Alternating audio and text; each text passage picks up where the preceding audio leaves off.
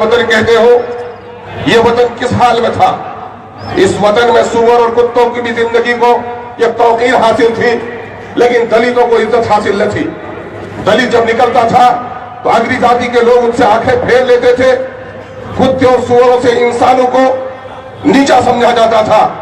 लेकिन हमारे सूफियों ने, हमारे बुजुर्गों ने हिंदुस्तान की जमीन पर सिर्फ वहदत का पैगाम नहीं पहुंचाया, बल्कि यह कहा कि इस दुनिया का खालिक जिस तरह से एक है, हम सारे इंसान एक माँ बाप के संतान है। गोरा काला रंग और नस्ल का मामला हो सकता है, लेकिन आदम और हव्वा की हम औलाद है। आज जो दलितों को इज्जत मिली हुई है इस मुल्क अजीज में, ये कहने पे मुझे फख्र है कि दलितों को इज्जत देने में हिंदुस्तान के दस्तूर और आईन से ज्यादा हमारी अखलाकी और हमारी दीनी तालीमात का असर रहा है। चूंकि खुदा की कसम वो काला कलोटा दलित कोई और नहीं, खुदा की कसम उसी हव्वा और आदम की औलाद है, इसकी औलाद है। हमने इस वतन को यह पैगाम दिया। फिर क्या हुआ? हमारे अंदर में अहलियत थी, तादाद हमारी कम थी, लेकिन हमारी सलाहियत अच्छी थी, जानदारी थी, इत्तेहाद था, इंसाफ के अलमबरदार हम थे। इस मुल्क के हम सुल्तान बने। हमने सुल्तान बनकर सिर्फ मीनारे खड़े नहीं किए, सिर्फ कुतुब मीनार की बुलंदी नहीं दी। हम सुल्तान बनकर इस मुल्क में लाल किला की अजमत नहीं दी। हम सुल्तान बनकर इस मुल्क में सिर्फ ताजमहल का हुस्न नहीं दिया, बल्कि इस मुल्क में हमने बेनजीर इंसाफ कायम की, बेहतरीन किस्म के नज़्म व नस्क़ कायम किए।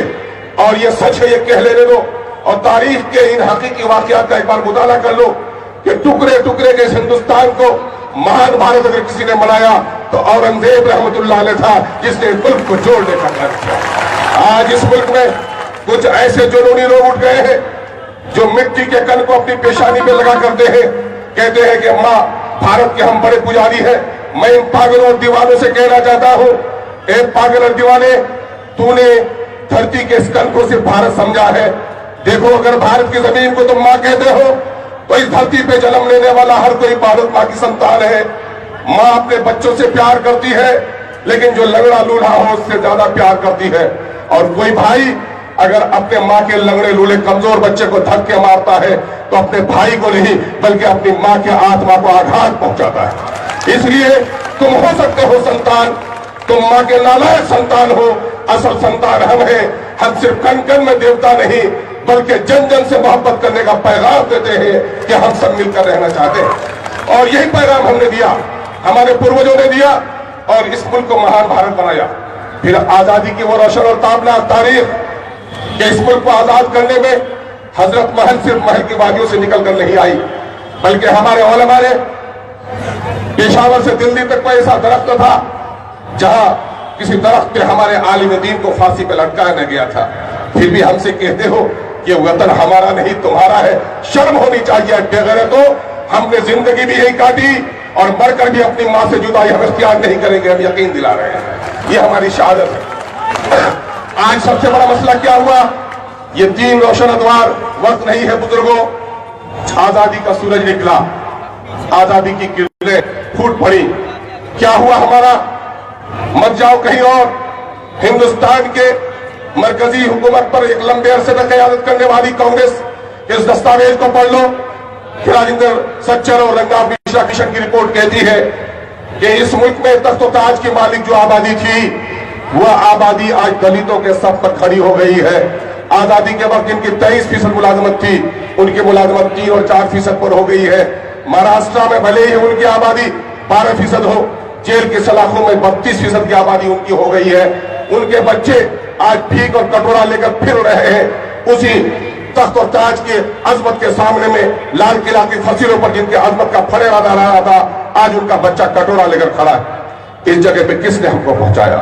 हाँ, यह सच है लोगों कि कश्तियां तूफान में डूबती हैं, लेकिन कश्तियां मल्लाह की नादानी और तख्तों की खराबियों से भी गर्क होती हैं। आज हमें एहसास करना पड़ेगा कि इस मुल्क के मीनारे की सिर्फ मस्जिद और मंदिर के मीनारे की हिफाजत का सवाल नहीं है।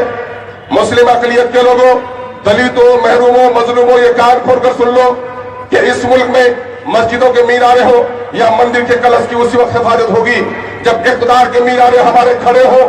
पार्लियामेंट में हमारी तादाद के एतबार से हमारे 80 मेंबर पार्लियामेंट होना चाहिए, लेकिन अफसोस कि सिर्फ 22 वहां पर है और 22 में से सिर्फ आपकी नजरें सिर्फ देखा होगा तो सिर्फ एक को देखा होगा, वो शेर के औलाद शेर को देखा होगा जबकि हक आवाज लगाता है। यूपी के लोगों, बड़ा गुरूर था, पिछली बार असेंबली का इलेक्शन हुआ था तो बड़ा गुरूर था आपको कि हमने अब की बार अपनी बाजी जीत ली है, हमने 69 लोगों को एमएलए बना दिया है।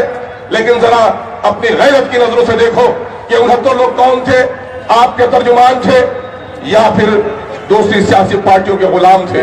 अगर आपके तर्जुमान होते तो जब रजिया और सुल्ताना की इज्जत और आबरू लुट रही थी मुजफ्फरनगर में, तो उनकी आंखों में आंसू जरूर होता। वो उस वक्त रजिया और सुल्ताना की लुटी हुई इज्जत के लिए आंसू बहाने वाला नहीं था, बल्कि इसी शहर में रक्स इबलीसी में मसरूर मुलायम सिंह के साथ नाच और तमाशा देख रहा था। ऐसे बेगैरत लोगों को कब तक बर्दाश्त करोगे लोगों। मजलिस इत्तेहादुल मुस्लिमीन आपको एक पैगाम देने के लिए आया है कि अब इन सियासी पार्टियों की गुलामी छोड़ो। तुमने कहारों की हैसियत से जिंदगी गुजारी, जब इलेक्शन का जमाना आया तुम्हारे बड़े बड़े लोगों को तुम्हारे सफों में बैठाया गया, डाइस पे बैठाया गया, बड़े बड़े लीडरों के बाजू में बैठाया गया। लेकिन जब तुम्हारे भाई पर कल जुल्म हुआ तो तुम्हारे उस भाई को जो वोट के दिनों में आकर वकालत करता था, उनके दरवाजे पर हाजिरी का मौका भी नहीं मिल सका। ये कहने के लिए आई है मजलिस इत्तेहादुल मुस्लिमीन कि तुम कहां नहीं हो कि तुम क़यादत को ढोकर उसके मंजिल तक पहुंचा दो। तुम बारात के आगे बैंड बाजा बजाने वाला नहीं हो कि बारात के दिन में तो तुम सबसे आगे हो पार, लेकिन जब दूल्हा ससुराल को पहुंच जाए तो बैंड बाजा वालों को बैठने की जगह नहीं मिले। बल्कि मजलिस इत्तेहादुल मुस्लिमीन आपसे यह कहने के लिए आई है कि तुम अपने दरमियान में अपनी क़यादत पैदा करो। खोलो आंखों की पट्टियां, देखो केरल की तरफ।